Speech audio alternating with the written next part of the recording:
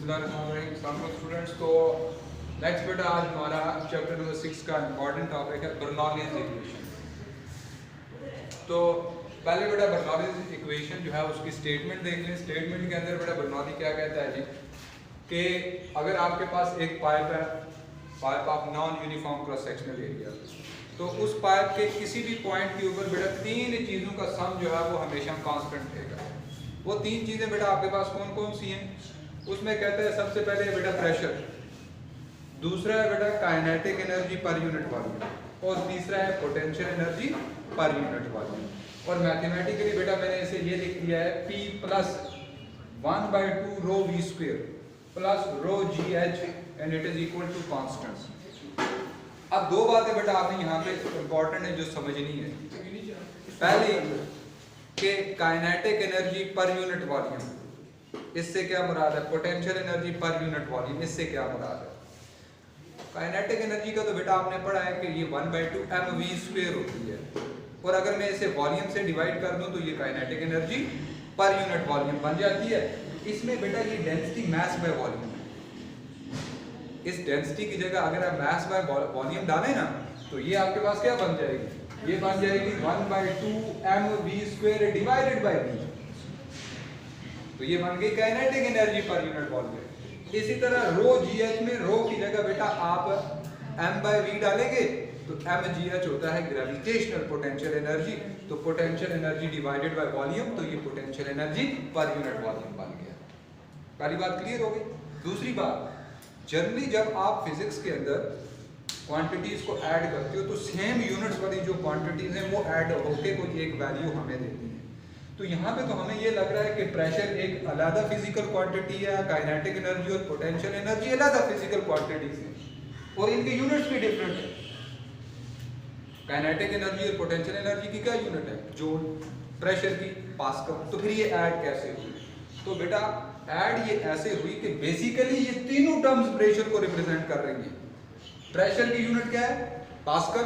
अगर आप 1/2 rho v square की यूनिट निकालें तो वो भी न्यूटन पर स्क्वायर मीटर यानी पास्कल आएगी। इसका मतलब है ये भी in other words kinetic energy per unit volume जो है ये भी प्रेशर को रिप्रेजेंट कर रही है, और उस प्रेशर को बेटा हम कहते हैं डायनामिक प्रेशर। ये कौन सा प्रेशर है? Static pressure. ये कौन सा है? Dynamic pressure. इसी तरह इसकी यूनिट निकालें, ये भी प्रेशर की यूनिट के इक्वल आएगी, और इसे बेटा हम नाम देते हैं hydrostatic pressure. In other words Bernoulli ने ये भी कहा कि ये जो तीन प्रेशर हैं, स्टैटिक प्रेशर, डायनामिक प्रेशर और हाइड्रोस्टैटिक प्रेशर, किसी भी पॉइंट पे इन तीनों प्रेशर का जो सम है वो हमेशा कांस्टेंट आएगा। ये बेटा आ गई इसकी स्टेटमेंट। अब हमने इसको प्रूव करना है। तो प्रूफ के लिए बेटा ये हमने एक पाइप ले लिया है, pipe of non uniform cross sectional area, और इसमें हमने जो पाइप है इसको non uniform cross sectional area, इसका एक एंड बेटा जो है वो दूसरे से हायर है। अपर एंड कितनी हाइट पे है? h1। लोअर कितनी हाइट पे है? h2।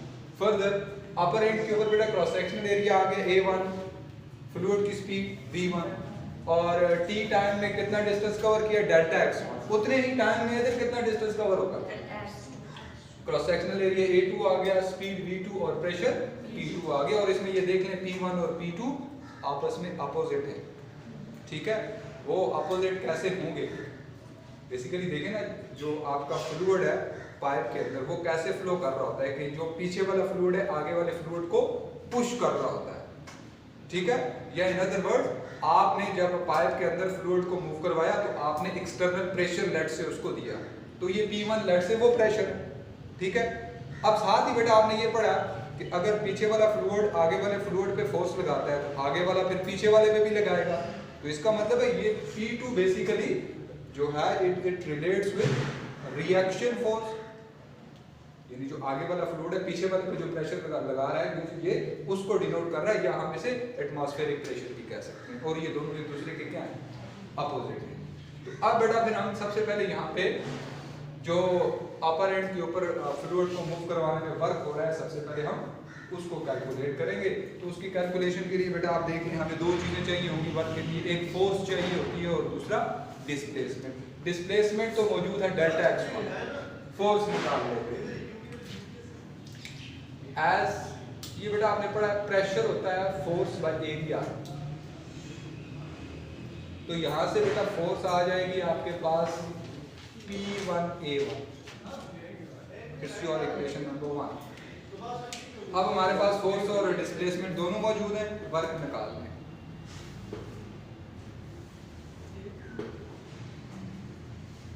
तो वर्क आपके पास आ जाएगा जी F1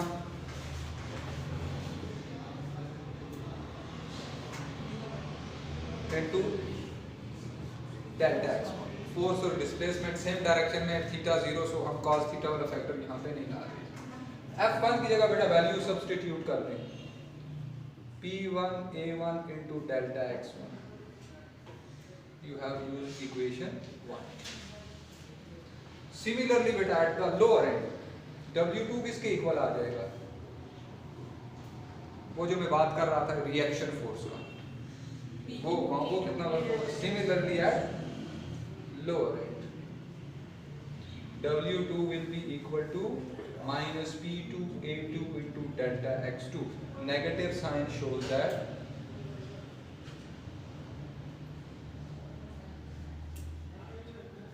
P1 and P2 are opposite। Yeah, negative sign shows that work is done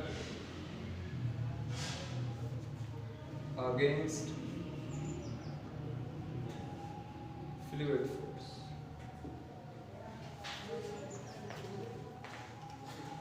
तो नेट वर्क डन कितना हो जाएगा जी आपके पास?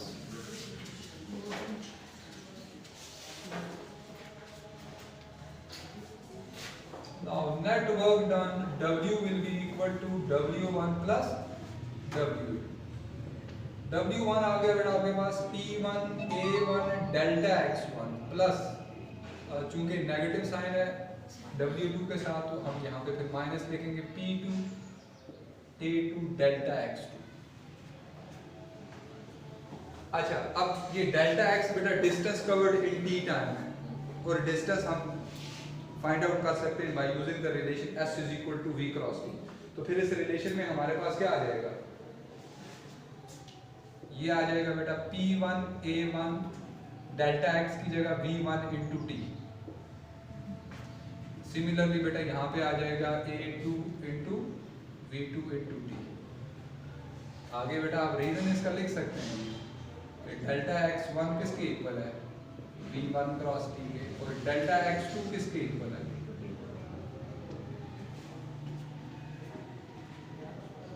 अब बेटा इसको आप नाम दे दें इक्वेशन नंबर 2 का, और इसको सिंपलीफाई करने के लिए आप इक्वेशन ऑफ कंटिन्यूटी दे दें। From equation of continuity,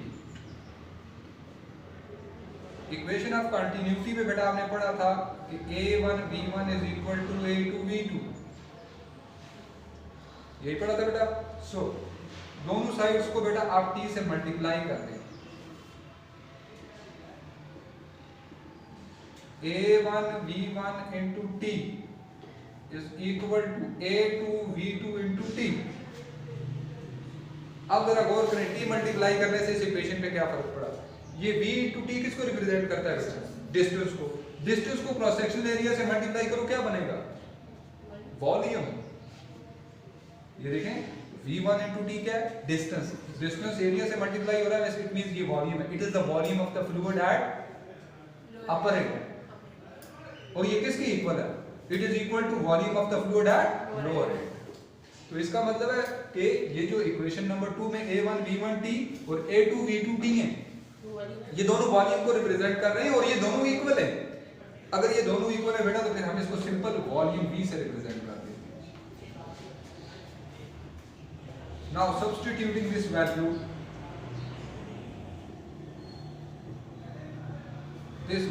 into in equation 2। Equation 2 में जब आप सब्स्टिट्यूट करेंगे तो आपके पास क्या आएगा?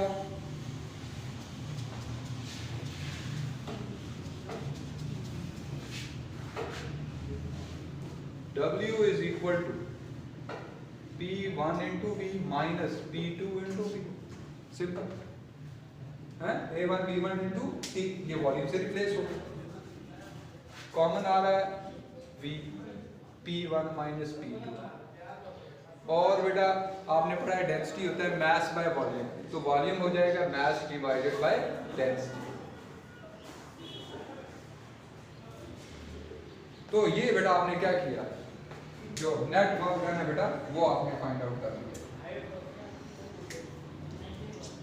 अब बेटा ये जो वर्क डन है इसकी यूटिलाइजेशन क्या है। अब इसका जो एक पार्ट है बेटा वो यूटिलाइज हो जाता है इन चेंजिंग काइनेटिक एनर्जी। नाउ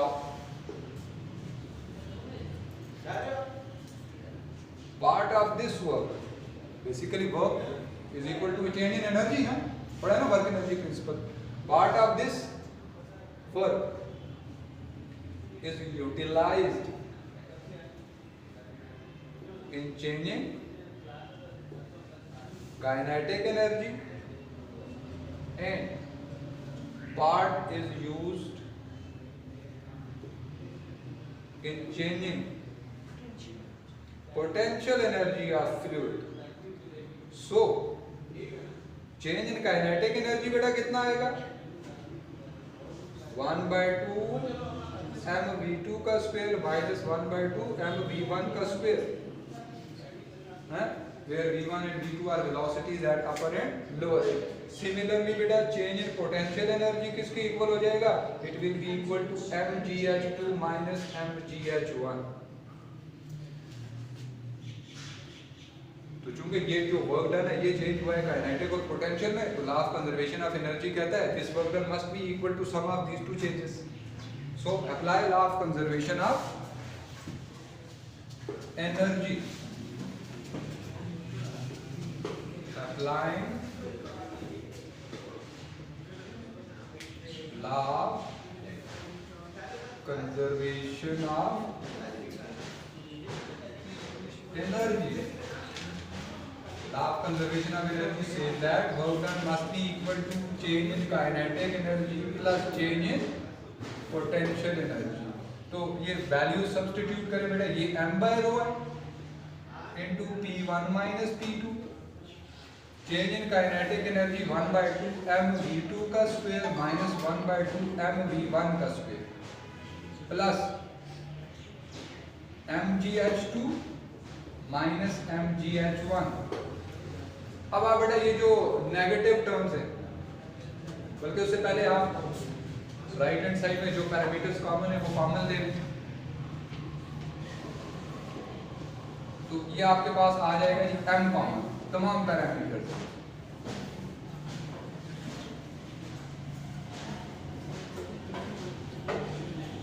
ये m और m कैंसिल कर दें।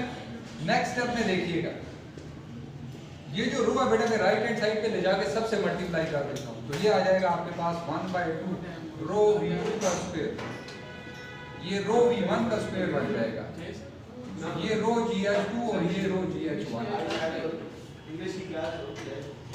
नेगेटिव टर्म्स को आप इधर शिफ्ट कर दें, ये जो दो नेगेटिव टर्म्स हैं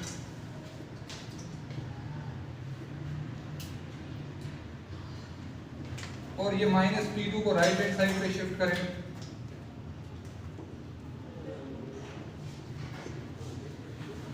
तो ये देख लें बेटा अपर एंड पे और लोअर एंड पे तीन चीजों का सम आपके पास इक्वल आ गया है। कौन सी तीन चीजें जो मैंने स्टेटमेंट में डिस्कस की थी, एक मैंने कहा था स्टैटिक प्रेशर, डायनामिक प्रेशर और हाइड्रोस्टैटिक प्रेशर। ये अपर एंड के हैं और ये लोअर एंड के हैं और इनका सम आपस में इक्वल आ रहा है। तो इसका मतलब है हमने अभी दो पॉइंट्स लिए थे, एक अपर एंड पे एक लोअर एंड पे। अगर इसके अलावा कोई भी पॉइंट नहीं तो वहां पे भी इन तीनों चीजों का सम सेम आएगा। तो इन जनरल इसकी क्या फॉर्म बनेगी, pressure plus dynamic pressure plus hydrostatic pressure rho GH, it will be equal to constant, which is Bernoulli equation। तो ये बेटा आज का हमारा टॉपिक एंड हो गया। नेक्स्ट लेक्चर के अंदर हम इसकी जो एप्लीकेशन है उनको डिस्कस करेंगे। Thank you.